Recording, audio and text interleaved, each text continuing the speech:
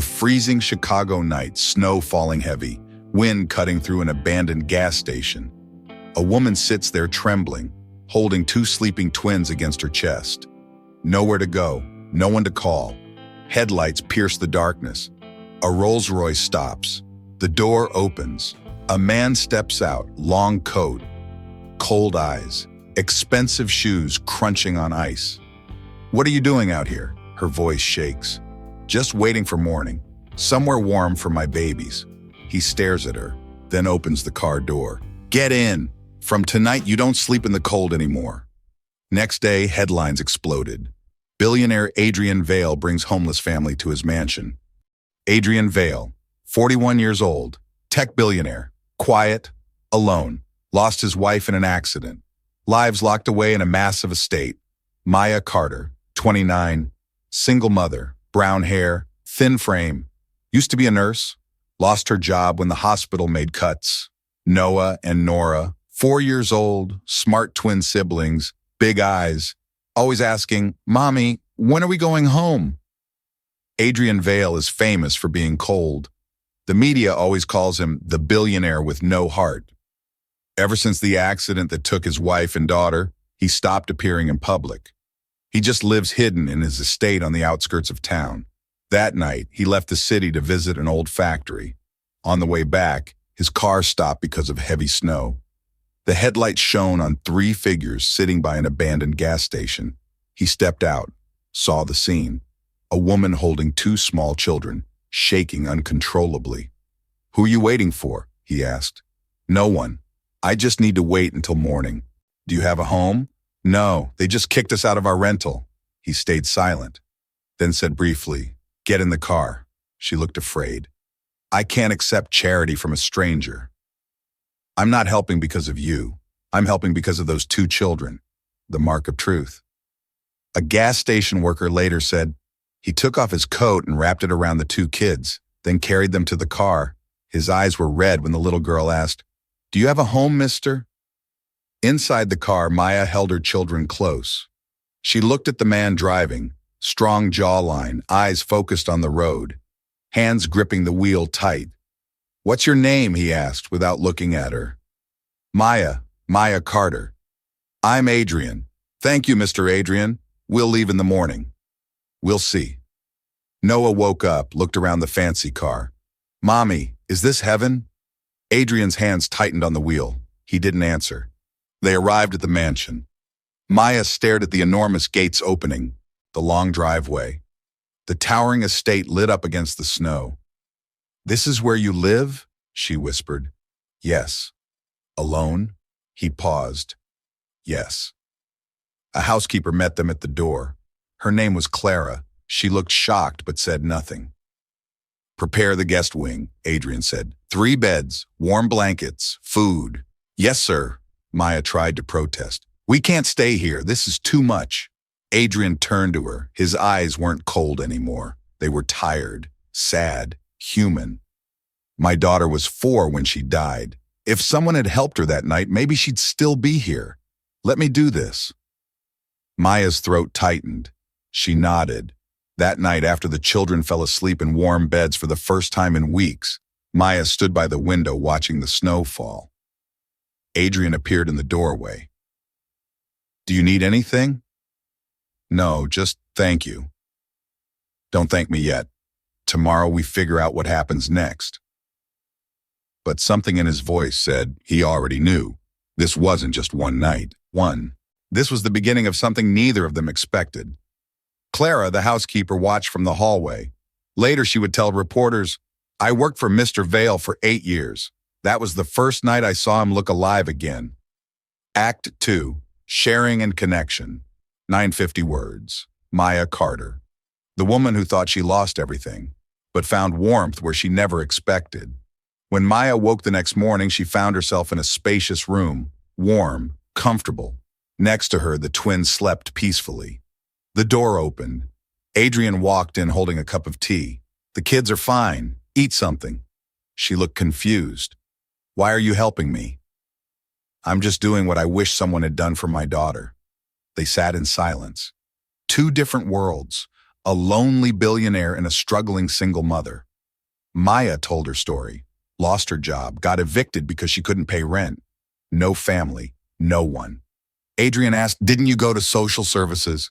"I did. They told me to wait." "But my children couldn't wait." He looked down, gripped his cup tight. "I understand that feeling." She smiled weakly, voice breaking. "You can't possibly understand." He answered softly, "I lost a child." Maya froze, said nothing more. From that day, he let the three of them stay for a few more days. The two children made the cold mansion feel strangely warm. Nora drew a picture titled, "Mr. Adrian Smiling." Noah called him Warm Snowman. Adrian laughed for the first time in 3 years. Days passed. Maya noticed things. How Adrian made breakfast himself. How he checked on the kids every night. How he stood by their door watching them sleep, his face full of pain and peace at the same time. One afternoon, Noah asked, "Mr. Adrian, why don't you have kids?" Adrian knelt down. "I did, once." "Where are they now?" "In heaven." "Did they take your smile with them?" Adrian's eyes filled with tears. "Yes, buddy, they did." Noah hugged him tight. "You can borrow mine until they give it back." That night, Maya found Adrian sitting alone in his study, rain hitting the windows. He was holding a photo, a woman, a little girl, both smiling. "Your family?" Maya asked gently. "Was. What happened?" "Car accident 3 years ago. I was supposed to drive them that night, but I had a meeting. Sent a driver instead. Black ice, they didn't make it." "That wasn't your fault."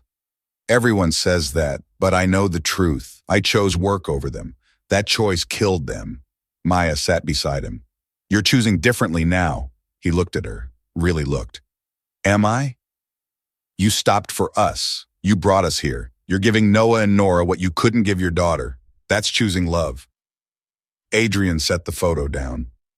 "I don't know how to do this anymore, how to care, how to let people in. You're already doing it. What if I lose you too? What if you don't?" They sat there. The rain kept falling, but something between them had shifted, the mark of truth. Clara, the housekeeper, later recalled, "I saw them in the study that night. Mr. Vale was crying. Miss Maya just held his hand, didn't say a word, just held it. That's when I knew. This family was forming, whether they realized it or not." Over the next few weeks, routines developed. Adrian worked from home more. Maya helped Clara around the house. The twins played in the garden building snowmen. One morning, Nora asked Maya, "Is Mr. Adrian our daddy now?" Maya's heart stopped. "No, sweetie, he's just helping us." "But he loves us, right?" "I think so, yes." "Do you love him?" Maya paused, longer than she meant to. "It's complicated." "Mommy, you're crying." "I'm just happy we're safe." But it wasn't just safety anymore. It was belonging. It was home. It was the terrifying, beautiful feeling of falling in love when you're too scared to admit it. Adrian felt it too. He caught himself watching Maya cook, listening to her laugh with the kids, noticing how she hummed while folding laundry. Small things, normal things. Things he thought he'd never have again. One evening he found her reading to the twins, their little heads on her shoulders, her voice soft, telling stories of brave knights and kind dragons. When she finished, she looked up and saw him in the doorway. "How long have you been standing there?" she asked. "Long enough." "Long enough for what?" "To realize I don't want you to leave." Maya stood slowly, careful not to wake the children, walked over to him. "Adrian, we can't stay forever. This isn't our life." "Why not?" "Because you're a billionaire. I'm a single mother with nothing. The world will never accept this." "I don't care about the world." "You should. Your reputation, your company, everything you built means nothing without people to share it with." She touched his face. "You're just lonely. This will pass." "No, this is real. You're real." And I haven't felt real in 3 years." They stood close, too close, the air between them electric. "I'm scared," Maya whispered. "Me too. What if this doesn't work? What if it does?" He leaned in. She didn't pull away. Their lips met, gentle, desperate, like two people drowning who finally found air. When they broke apart, Maya was crying. "I can't break your heart," she said. "You already fixed it." Clara watched from the hallway again. She smiled, then quietly closed the door, giving them privacy. Later, she would say, that kiss wasn't just romance, it was resurrection. Two broken people making each other whole. Act 3, Conflict and Choice. 100 words. When kindness gets questioned, and the past comes back to test everything, news spread fast.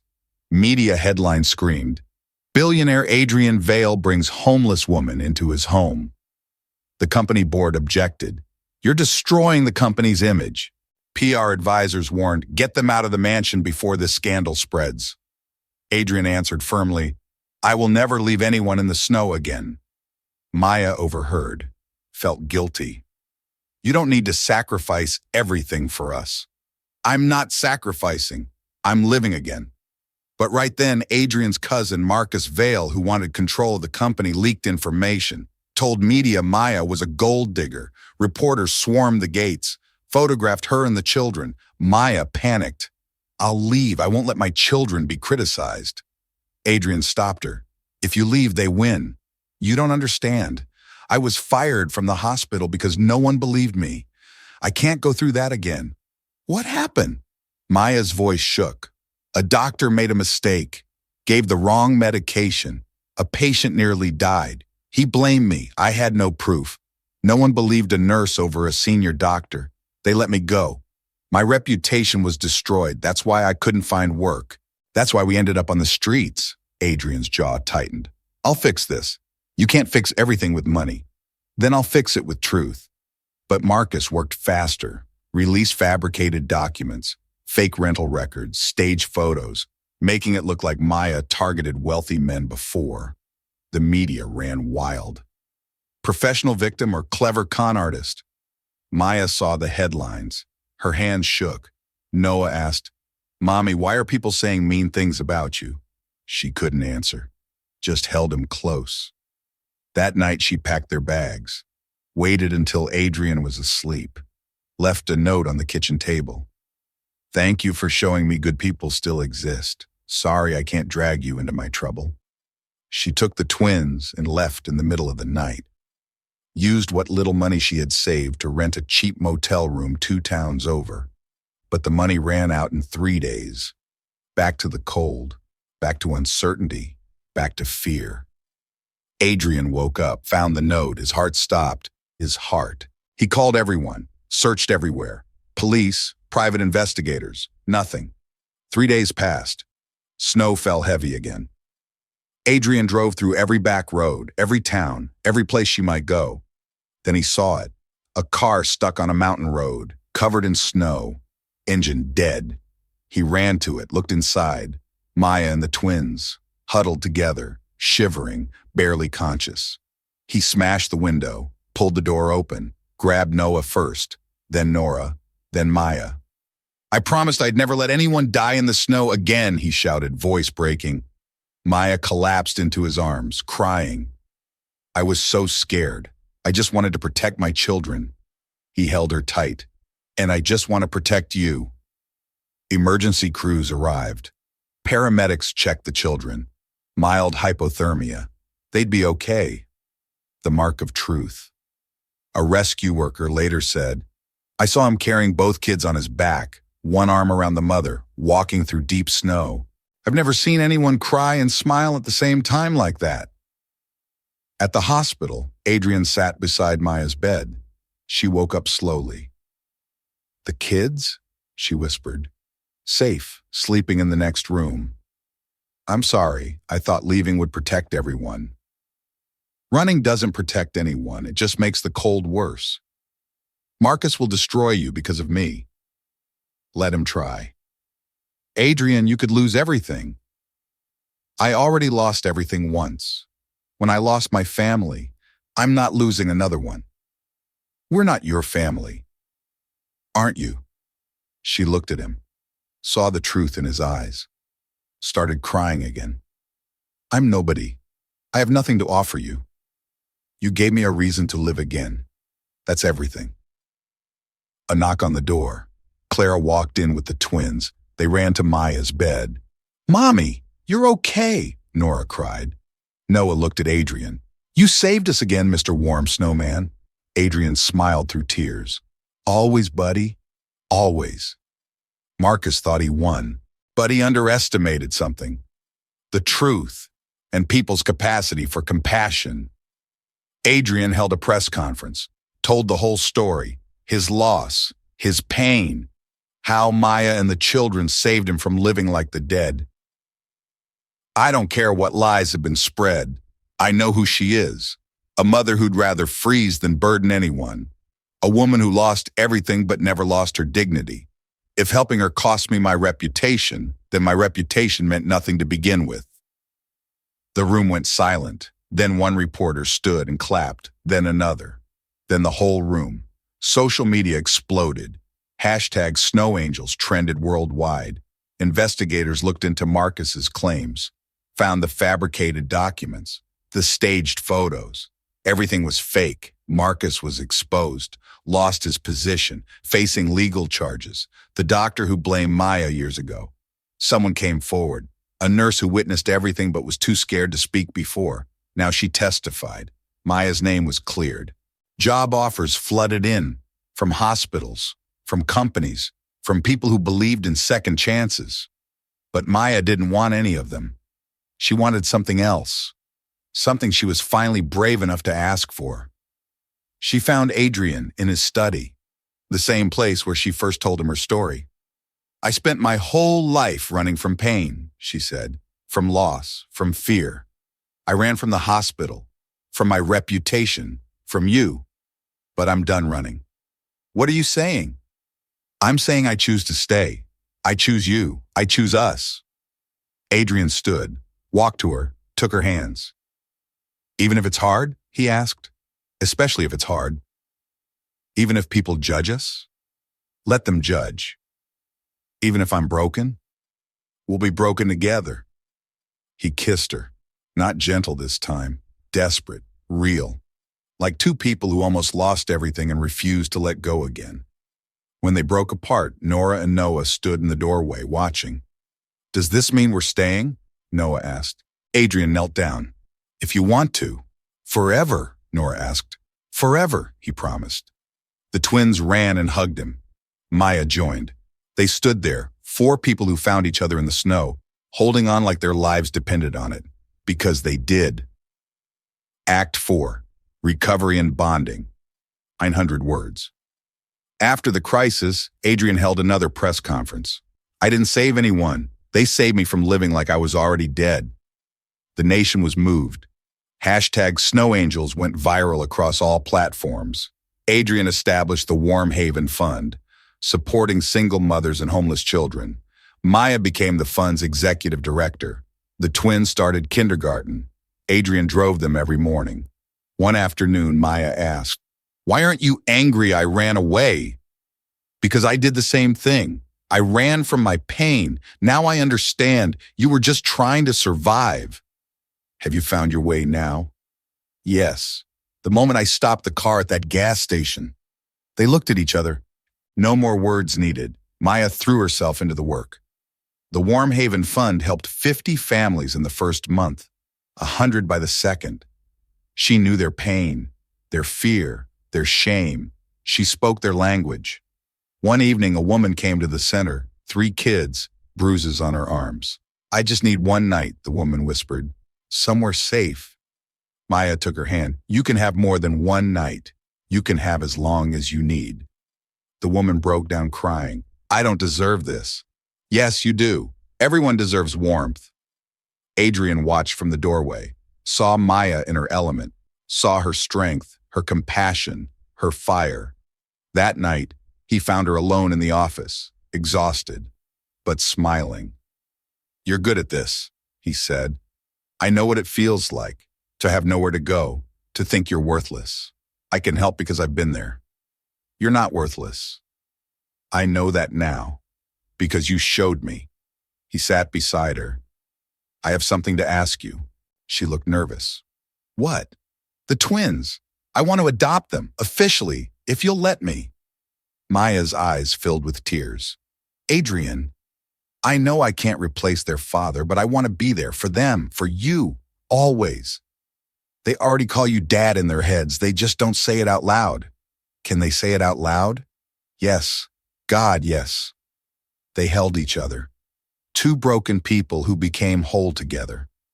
Months passed. The adoption went through. Adrian Vale officially became Noah and Nora's father. The press covered it, but this time the headlines were different. Tech billionaire finds family in the snow. Love born from loss. The man who stopped running. On adoption day, the judge asked Noah, "Do you want Mr. Adrian to be your father?" Noah stood up. "He already is. We're just making it official." The courtroom laughed, cried, clapped. Nora whispered to Maya, "Mommy, does this mean we're a real family now?" Maya kissed her head. "We've been a real family since the night we got in that car." After court, they went to the cemetery. Adrian's first wife and daughter. He'd avoided this place for 3 years. Now he knelt at their graves, Maya and the twins beside him. "I want you to meet someone," Adrian said softly to the headstones. "This is Maya, Noah, Nora. They brought me back to life. I hope that's okay. I hope you're not angry I learned to love again." The wind blew. Snow fell gently, like an answer, like permission, like peace.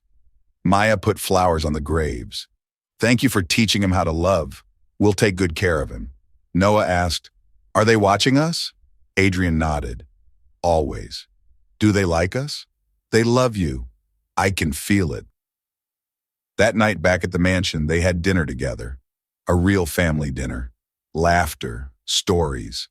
Noah spilled his milk. Nora got sauce on her face. Adrian pretended to be mad, but couldn't stop smiling. Clara watched from the kitchen, tears in her eyes. "This house is alive again," she whispered. Later, after the kids went to bed, Adrian and Maya stood on the balcony. Snow falling, the city lights in the distance. "Are you happy?" Adrian asked. "More than I ever thought possible. Even with all the chaos, the press, the attention. Especially with all that, it means we're real. We're not hiding." He pulled her close. "I want to ask you something else." "Another adoption?" He laughed. "No, something different." He reached into his pocket, pulled out a small box. Maya's breath caught. "Adrian, I'm not good at speeches. I'm not good at showing emotion. But you taught me how to feel again. You and the kids. You gave me a second chance at life. Will you marry me?" Maya looked at the ring. Simple, beautiful, perfect. "Yes," she whispered. "Yes, yes, yes." He slipped the ring on her finger, kissed her under the falling snow. Inside, Noah and Nora watched through the window, faces pressed against the glass. "I told you they'd get married," Nora said. "You were right," Noah admitted. "We're going to be a forever family now," Nora grinned. "We already were," Noah said wisely. "This just makes it official." The mark of truth. Years later, Maya would tell reporters, "People think he saved us, but we saved each other. That's what family does." From now on, I choose to look at each other one beat longer. I will live with kindness. Act 5. Staying and choosing again. 700 words. 1 year later, Maya and Adrian opened the first Warm Haven Center in the middle of winter. The sign read, "Because no one deserves to sleep outside." Media asked Mr. Vale, "Why name the center Snowlight?" He smiled. "Because I found light in the snow." Nora ran onto the stage, gave him flowers. "Daddy, are you our daddy forever now?" He knelt down, hugged her. "If you and your brother allow it." Maya laughed through tears. "You saved us twice. Now let me save you from loneliness." All three looked out the window, snow falling gently, light reflecting on their faces. In the corner, a small plaque with words carved deep. "One snowy night, 3 hearts, and a miracle that never goes dark." The wedding happened in spring, small ceremony, close friends, family they chose. Noah was ring bearer, Nora was flower girl. When the priest asked, "Do you take this woman?" Adrian didn't hesitate. "I do. I really do." Maya repeated the vows. "I do, for all the days we have left." They kissed. The small crowd cheered. But the most beautiful moment came after, when Noah and Nora walked up, handed them a drawing, 4 stick figures, holding hands, smiling, words at the top, "Our forever family." Adrian and Maya both cried. "You two are the best thing that ever happened to us," Maya said. "You're the best thing that happened to Dad too," Nora said matter-of-factly. Noah added, "He smiles now. A lot. It's kind of weird, but we like it." Everyone laughed. The reception was simple: dancing, food, stories. Clara gave a speech that made everyone cry. "I watched Mr. Vale die inside when he lost his first family. Then I watched him come back to life when he found his second. Love isn't about replacing what you lost. It's about being brave enough to love again." As the sun set, Adrian and Maya slow danced, the twins dancing beside them. "Do you ever regret that night?" Maya asked. "Stopping at the gas station?" "Never. Best decision I ever made. Even with all the chaos?" "Especially because of the chaos. It means we fought for this. We didn't just get lucky. We chose each other every single day. I'll keep choosing you." "Good, because I'll keep choosing you too." Years passed. The Warm Haven Fund expanded, 20 centers across the country, helping thousands of families. Noah grew up to be a doctor. "I want to help people like Dad helped us," he said. Nora became a social worker. "Someone saved us, now I save others." Maya and Adrian grew old together, gray hair, wrinkled hands, still holding on. On their 20th anniversary, they went back to that abandoned gas station. Now it was a memorial, a statue of a woman holding 2 children, plaque reading, "Where angels were found." "We should have been forgotten," Maya said softly. 3 people in the snow, nobody special. "But we weren't," Adrian said, "because sometimes one person stopping changes everything." "Do you think about her, your first wife, your daughter?" "Every day, but not with pain anymore, with gratitude. They taught me how to love. You taught me how to love again. I got to be a father twice. How many people get that lucky?" "I love you," Maya whispered. "I love you too, always have. Since the moment you asked me if I had a home." "Do you have a home?" He looked at her, at the memorial, at the life they built. "Yes, I do, and it's wherever you and the kids are." They stood there in the snow, 2 people who almost missed each other, who almost gave up, who almost let fear win. But they didn't. They chose hope. They chose love. They chose to stop running. And in doing so, they found everything they'd been searching for. Final call to action. If you believe stories like this deserve to be told, leave a comment and subscribe to HA Stories. We tell stories that should never be forgotten.